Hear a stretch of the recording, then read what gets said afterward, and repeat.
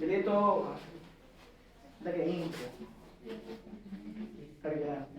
चलिए तो हम लोग आज ना मैग्नेटिक इफेक्ट ऑफ करंट का थर्ड पार्ट हम लोग आज कवर करते हैं, ठीक है। तो मैग्नेटिक इफेक्ट ऑफ करंट के बारे में हम लोग जान चुके हैं। उसमें फ्लेमिंग का लेफ्ट हैंड रूल जाना, मैक्सवेल रूल जाना, सोलेनॉइड जाने हम लोगों ने, इलेक्ट्रोमैग्नेट, फ्यूज, एमसीबी, कितने तरह के वायर होते हैं, लाइट, न्यूट्रल और grounding, overloading, short circuiting, fuse कितने टाइप्स के होते हैं, ये सब चीज जानी हम लोगों ने। आज हम लोग इसका आखिरी जो पार्ट हमने बचा के रखा है वह है फ्लेमिंग का राइट हैंड रूल, इसको जानिए, ठीक है। और फ्लेमिंग के राइट हैंड रूल का सेंस है किसका? Electromagnetic induction. तो देखो इसका मतलब क्या है इलेक्ट्रोमैग्नेटिक इंडक्शन का मतलब। तो इलेक्ट्रोमैग्नेटिक इंडक्शन में जो आखिरी है ना इंडक्शन, इसके बारे में जानना हम लोग बहुत आवश्यक है। जैसे मान के चलो कि अनुज और अमित दोनों आपस में बहुत ही गहरे दोस्त हैं, ठीक है। और आप लोग भी अपने ऊपर एक एग्जांपल अपने मन में ले सकते हो। दोनों गहरे दोस्त हैं। तभी क्या होता है कि अनुज एक दिन एग्जाम का टाइम चल ही रहा है तो पहुंचा अमित के घर और देखा कि अमित एकदम लगा हुआ है पढ़ाई करने के लिए, एकदम धार क्वेश्चन सॉल्व कर रहा है एकदम, और पूरा अपने रूम को एकदम लाइब्रेरी बना दिया है। जहां देखो तहां मैथ का थ्योरी, मैथ का फॉर्मूला, ये प्रैक्टिकल, वो प्रैक्टिकल, साइंस पूरा एसएसटी, हिंदी, इंग्लिश कुल चीट चाट के रखा हुआ है। अनुज जाके भौचक हो गया, ठीक है कि नहीं? देख के पूरा उसके अंदर ईर्ष्या की भावना आ गई। जैसे कि हम दोनों दोस्त हैं, दोनों संगे घूमने जाते हैं, दोनों संगे स्कूल जाते हैं, जितना वो पढ़ता है उतना हम भी पढ़ते हैं, ये हमसे अधिक कैसे पढ़ता है? अब जाके देखेगा तो अमित कहेगा चल चल घूमने चलते हैं, अनुज कहेगा नहीं अब घूमने नहीं जाएंगे हम लोग, हमारे घर से फोन आ गया घर जाएंगे। तब जाता है अनुज घर, देखता है एकदम गुस्से से लाल पीला हरा गुलाबी सब हो जाता है, और जाके तुरंत किताब का भी खोल के ना दाएं दाएं पढ़ना शुरू। तो इसकी पढ़ाई के पीछे कौन जिम्मेदार है? अमित। यानी किसी और के वजह से किसी और में परिवर्तन हुआ है कि नहीं? यानी एक के वजह से दूसरे में परिवर्तन हुआ, यही है इलेक्ट्रोमैग्नेटिक इंडक्शन, ठीक है। तो कहने का सेंस है ईएमआई के अंदर कि मान के चलो कि आपके पास एक कॉपर का कॉइल है, ठीक है। ये क्या कर दिया हमने, एक कॉपर का कॉइल लगा दिया और इसमें एक मीटर लगा दिया, कौन सा? गैल्वेनोमीटर। कौन सा मीटर लगा दिया? गैल्वेनोमीटर। और एक हमने बार मैग्नेट पकड़ लिया जो नॉर्थ और साउथ, यही होता है ना बार मैग्नेट में। उसके बाद हमने एक बार इस बार मैग्नेट के अंदर ले गए इसको, और फिर कहां ले गए? बाहर। यानी कहने का सेंस है अगर ये मान लो मैग्नेट है, ठीक है, इस मैग्नेट में ये कॉपर कॉइल है और ये मैग्नेट है। अब हम इस मैग्नेट में ले गए और फिर बाहर, फिर ले गए फिर बाहर। ऐसा करने से, ठीक है, ऐसा कॉपर वायर के ऐसा होने से किस चीज में परिवर्तन हो रहा है? तो परिवर्तन हो रहा है मैग्नेटिक फील्ड लाइन, इसी परिवर्तन हो रहा है ना। ऐसा करने से क्या चेंज हो रहा है? Magnetic field line. यानी कहने का सेंस है कि पहले जब इसके अंदर गया तो मैग्नेटिक फील्ड लाइन क्या हो गया? बढ़ गया, और जब बाहर आया तो घट गया, फिर हुआ बढ़ गया, फिर हुआ तो घट गया। ऐसा कॉन्टिन्यूअसली हो रहा है, अंदर बाहर हो रहा है और मैग्नेटिक फील्ड बढ़ रही है और घट रही है। ऐसा करने से क्या जनरेट हुआ? इसके लिए जो गैल्वेनोमीटर है ना, उसको थोड़ा जूम करेंगे तो ऐसा, और इसके अंदर इस तरह का मीटर होता है और ये कॉन्टिन्यूअसली क्या कर रहा है? बढ़ता घट रहा है। अब ये चीज जब देखा साइंटिस्ट ने, किस साइंटिस्ट ने? तो बहुत ही तगड़ा साइंटिस्ट था जिसका नाम है माइकल फैराडे। क्या नाम है? Michael Faraday. ये साइंटिस्ट ने इस चीज को ऑब्जर्व किया और नाम दे दिया इसका इलेक्ट्रोमैग्नेटिक इंडक्शन। नहीं समझे? समझ लिया? यानी कि एक ऐसी प्रक्रिया जिसमें एक मैग्नेट और एक कॉपर कॉइल की वजह से हम क्या प्रोड्यूस कर रहे हैं? मैग्नेटिक फील्ड, करंट प्रोड्यूस कर रहे हैं। जैसे ये क्या है बताओ, ये बताओ, कॉपर कॉइल है, ये क्या है?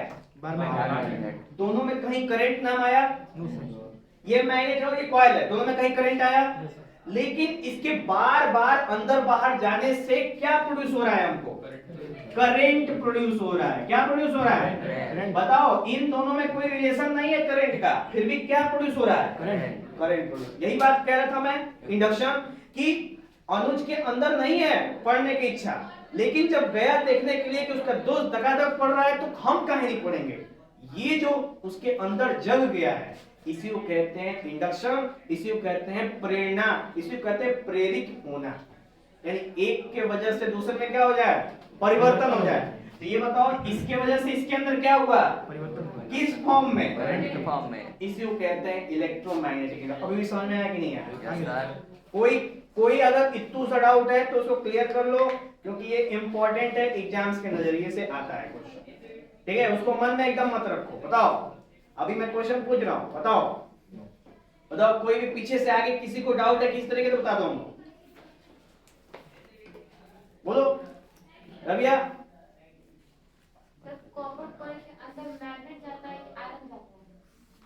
मैग्नेट बेटा, मैग्नेट। अभी मेरे पास वो रिंग वाला मैग्नेट नहीं दिख रहा है, वो जो रिंग वाला आपको दिखाया ना सर्कुलर मैग्नेट, उसमें वो मैग्नेट है। तो देखो, दो कंडीशन है, या तो कॉपर कॉइल के अंदर मैग्नेट जाए, पहला केस, या तो अब ये मान लो मैग्नेट है, इसके अंदर से अब कॉपर कॉइल है। दोनों केस में क्या चेंज हो रहा है? Magnetic field line. जब मैग्नेटिक फील्ड लाइन चेंज हो रहा है तो क्या बन जा रहा है? करंट। तो इसका जब फुल फॉर्म करोगे ना, इलेक्ट्रो मैग्नेटिक इंडक्शन, इसका नाम है पूरा इलेक्ट्रोमैग्नेटिक इंडक्शन। यानी कि मैग्नेटिक इंडक्शन की वजह से क्या प्रोड्यूस हो रहा है? इलेक्ट्रिसिटी। इसी को कहते हैं इलेक्ट्रोमैग्नेटिक इंडक्शन। अब इस करंट को जानते हो क्या कहते हैं? ऐसे नॉर्मल करंट नहीं होता है, इसका नाम है एक स्पेसिफिक। क्या नाम है इसका? इसको बोलते हैं इंड्यूस करंट। क्या बोलते हैं? Induce current. यानी कि इस बच्चे के अंदर पढ़ाई की ललक किसकी वजह से आई? किसी को देखने की वजह से आई, किसी को ऐसा करने की वजह से आई, तो वो क्या हो गया? इंड्यूस पढ़ाई कर रहा है, अपने मन से नहीं जगाया कि मुझे पढ़ना है, ये किसी को देख के आई है, तो वो उसके वजह से आई ना। यानी किसी को प्रेरित देख के उसके अंदर पढ़ाई आ गई। इसी तरह किसी के वजह से करंट प्रोड्यूस हुआ, तो उसको क्या बोलते हैं? Induce current. बोलो, समझ में आया? कोई दिक्कत? अभी आप किसको डाउट है? तुमको लग रहा है तुम्हारे चेहरे पे डाउट? इधर इधर इधर आगे कोई समस्या? इधर चार लोगों को, ठीक है। अब बात करते हैं आगे। देखो, अब इसी का उपयोग करके, इलेक्ट्रोमैग्नेटिक फील्ड का उपयोग करके, मतलब कि इस तरीके से स्थिति से हम लोगों ने, यानी ह्यूमंस ने कुछ अच्छी चीजें बनाई जिससे हम आज बिजली प्राप्त कर रहे हैं। ठीक है, उसमें क्या है? जनरेटर बनाया। तो जनरेटर किस प्रिंसिपल पे काम करता है? ईएमआई के प्रिंसिपल पे काम करता है। तो एग्जाम में पूछ सकता है, on which principle electric generator works. तो क्या लिखेंगे? EMI, electromagnetic induction. समझ? नेक्स्ट है, ये इसके ऊपर कौन सा नियम लगता है? तो फैराडे राइट हैंड रूल लगता है। तो फैराडे का राइट हैंड रूल क्या है? तो सबसे पहले राइट हैंड पकड़ेंगे, और जैसे कल हम लोग लेफ्ट हैंड बना रहे थे ना, वैसे ही अब राइट हैंड बनाएंगे। अब राइट हैंड के अकॉर्डिंग, जैसे लेफ्ट हैंड में करंट होता था, मैग्नेटिक फील्ड होता था और फोर्स होता था, लेकिन इसके अंदर थोड़ा परिवर्तन हो जाएगा। देखो, सबसे पहले क्या होगा? मैग्नेटिक फील्ड होगा, ठीक, और ये उसमें करंट होता था ना, अब इसके अंदर होगा इंड्यूस करंट। कौन सा करंट? Induce current. और ये क्या हो जाएगा? मोशन। क्या हो जाएगा बेटा? मोशन। तो हमें इंड्यूस करंट की जानकारी निकालने के लिए हम फ्लेमिंग का राइट हैंड रूल का क्या करते हैं? प्रयोग करते हैं। ठीक है, इसको उपयोग करके देखा जाएगा। उसके बाद इसकी डिस्कवरी किसने की? माइकल फैराडे ने। दिमाग में रखेंगे क्योंकि इंपॉर्टेंट है। ठीक है, चलो इसको हटा दें।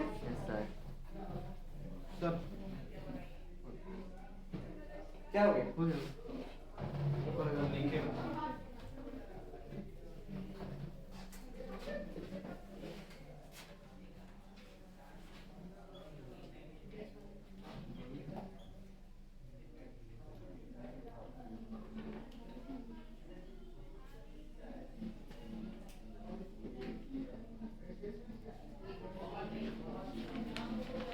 चलिए नेक्स्ट आगे देखते हैं जनरेटर में कितने कितने तरह के जनरेटर होते हैं? दो तरह के। एक होता है एसी जनरेटर, एक होता है डीसी जनरेटर। एसी का मतलब वो करंट ऐसे से चलता है वेव के फॉर्म में। किस फॉर्म में चलता है?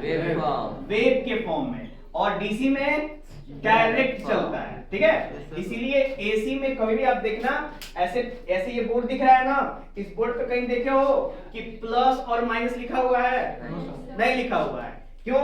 क्योंकि देखो कभी कभी ये प्लस हो जाता है तो ये क्या हो जाता है? माइनस। अच्छा ये प्लस हो जाता है तो ये क्या हो जाता है? माइनस। तो कॉन्टिन्यूअसली इसकी पोलैरिटी क्या होती रहती है? चेंज होती है, जिसको बोलते हैं पोलैरिटी चेंज। क्या बोलेंगे? Polarity change. पर डायरेक्ट जो होता है, बैटरी जो होती है, बैटरी में फिक्स होता है कि ये प्लस और ये क्या है? माइनस है। तो उसको क्या बोलते हैं हम लोग? डायरेक्ट करंट, और उसमें पोलैरिटी चेंज नहीं होती है। अब जब जाओगे दुकान में खरीदोगे पेंसिल बैटरी, तो उसमें जब खरीदोगे तो जब ऊपर क्या होगा? प्लस होगा, और नीचे वाली साइड में माइनस होगा। 2-3 साल बाद भी देखोगे तो वैसा ही रहेगा। ऐसा नहीं होगा कि ऊपर वाला माइनस हो गया नीचे वाला प्लस हो गया, वो हमेशा फिक्स है, ठीक है। पर एसी में फिक्स नहीं होता है, वो हमेशा कॉन्स्टेंट चेंज होता रहता है। समझ में आएगा? अब नहीं आया? तो जनरेटर में एसी जनरेटर के बारे में कहते हैं कि ये जनरेटर एसी प्रोड्यूस करता है, यानी कि क्या प्रोड्यूस करता है? एसी करंट, जिसकी पोलैरिटी क्या होती है? चेंज होती है। तो इस तरह के जनरेटर एसी करंट प्रोड्यूस करते हैं। और वो जनरेटर जो डीसी प्रोड्यूस करते हैं कि प्लस और माइनस प्रोड्यूस करते हैं, ठीक है, डीसी वाले करते हैं, जिसमें प्लस फिक्स होता है और माइनस भी क्या होता है? फिक्स होता है। वो अलग जनरेटर होते हैं। सबसे पहले हम इसकी बात करें, क्योंकि इसी जनरेटर की वजह से हमारे पूरे घरों में पावर हाउस से लाइटें आती हैं। जहां पे बिजली बनती है ना, वहां से लाइट हमारे यहाँ आती है। वो किसकी वजह से आती है? एसी जनरेटर की वजह से, ठीक है। इसलिए इसके बारे में बहुत ज्यादा जानना है, उसके बारे में नहीं जानने में कोई दिक्कत नहीं है। चलो, तो वहां पे किस तरह का सेंस होता है जनरेटर का? तो मान लो एक बहुत बड़ा चैम्बर होगा, ठीक है। उस चैम्बर में ये क्या है? मैग्नेट। इसमें कौन सा पोल होता है? नॉर्थ। और इसमें कौन सा होता है? साउथ। और बीच में ये क्या होती है? कॉइल। क्या होती है? कॉइल। कॉइल किस चीज से बनी होती है? कॉपर से कॉइल होती है, ठीक है। अब देखो, अब मैग्नेटिक किधर से होता है? नॉर्थ से साउथ, नॉर्थ से साउथ। और इसके अंदर मान लो करंट प्रोड्यूस हो रहा है, ठीक है। तो मान लो करंट ऐसे प्रोड्यूस हो रहा है, मैं इधर की तरफ आ रहा है, तो घुमा रहे हैं इसको। तो पता है ना कि जनरेटर कैसे करता है? तो जनरेटर को हम घुमाते हैं तब जाके करंट प्रोड्यूस होता है। यानी कि इसमें होता है मैकेनिकल एनर्जी से इलेक्ट्रिकल एनर्जी। और मोटर में क्या होता था? इलेक्ट्रिकल एनर्जी से मैकेनिकल एनर्जी। यानी मोटर में हम करंट देके घुमाते थे, और इसमें हम घुमा के क्या प्रोड्यूस करते हैं? करंट। बस इसी का ठीक उल्टा है। मोटर का क्या है? ये उल्टा है पूरा। समझ लो? अब देखो मैकेनिकल एनर्जी कैसे लगाते हो? तो पता है ना कि जैसे डैम होता है, डैम बांध, वहां पे बड़े बड़े पंखे लगे होते हैं, बहुत बड़े बड़े पंखे। पहले डैम में भर के पानी भरते हैं, उसके बाद उसके आगे का जो पानी का गेट होता है उसको क्या करते हैं? खोल देते हैं। खोलने के बाद नीचे पूरा ऐसा पंखी टाइप का होता है ना, पानी उसी पे गिरता है, तो ये पंखी क्या करता है? ऐसे घूमता है, बहुत स्पीड में घूमता है। और घूमने के साथ उससे क्या अटैच रहता है? जनरेटर का अटैचमेंट होता है। तो जब ये पंखी घूमती है तो और क्या घूमता है? जनरेटर भी घूमता है। और जब जनरेटर घूमता है तो क्या प्रोड्यूस करता है? इलेक्ट्रिसिटी। समझ में आया? कोई दिक्कत किसी को भी? इधर आ रहे हैं।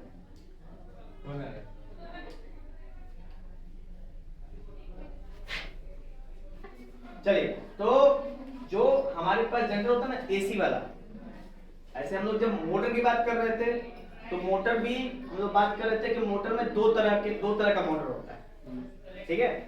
एक एसी मोटर होता है, एक डीसी मोटर होता है। तो मान लो चलो कोई बात नहीं, अभी चर्चा कर लेते हैं। दो तरह के मोटर में, एक में लगा होता है स्लिप रिंग।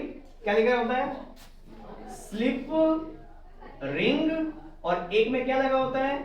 स्प्लिट रिंग, ठीक है। स्लिप रिंग का मतलब वो उसके ऊपर सरकता रहता है, ठीक है। वो रिंग कहने का सेंस है ना कि मान के चलो कि अब जैसे ये मोटर है, ठीक है, ये मोटर है, ऐसे घूम रहा है ये ऐसे करके। तो इस पे करंट कैसे दोगे? जो करंट कैसे दोगे? तो उसमें कार्बन ब्रश लगा होता है। कौन सा ब्रश लगा होता है? Carbon brush. तो चर्चा किए थे हम लोग कल। तो वो कार्बन ब्रश एक जगह जाके चिपकता है मोटर पे। वो जगह कौन सी है? वो जगह कौन सी बताइए? Slip ring. वो नहीं, वो एसी मोटर के लिए स्लिप रिंग है, डीसी के लिए क्या बोलते हैं उसको? Split ring. नहीं समझे अभी? हाँ या ना?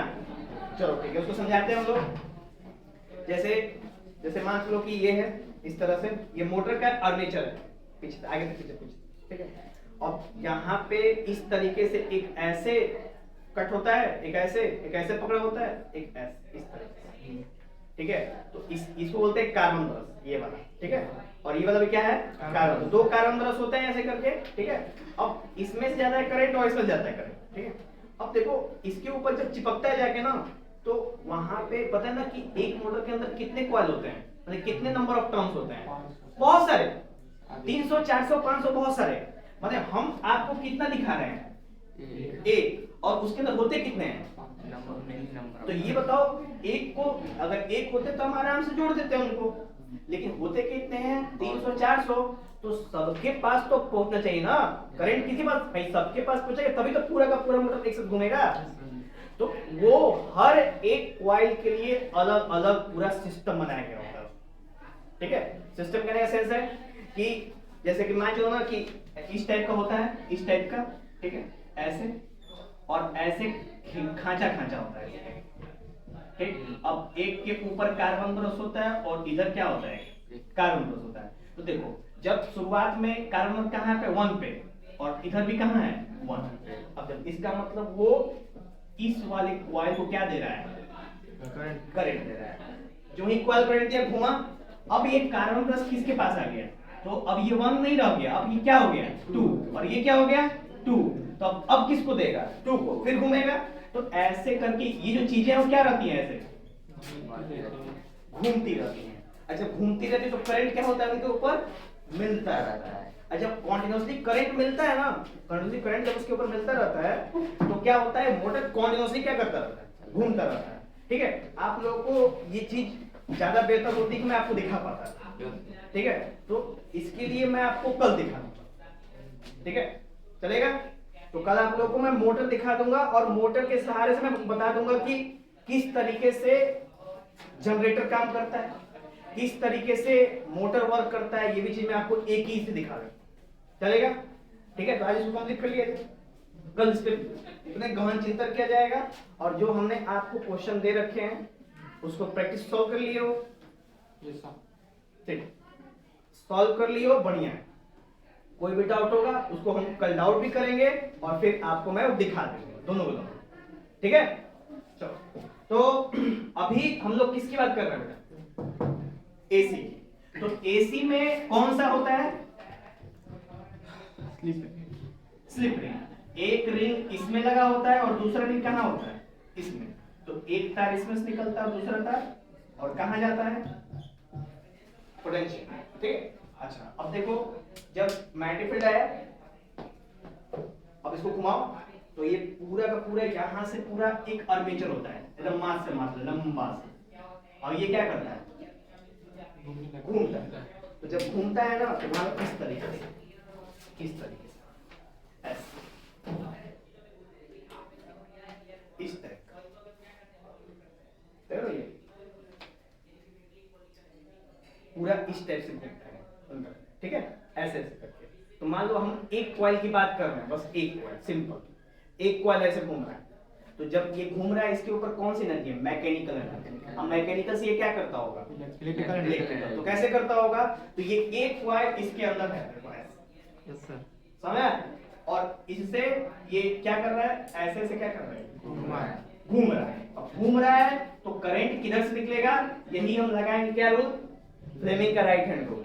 तो फ्लेमिंग राइट हैंड रूल, ठीक है, जिसमें ये बताता है मोशन, ये बताता है इंड्यूस करंट और ये बताता है मैग्नेटिक फील्ड, ठीक है।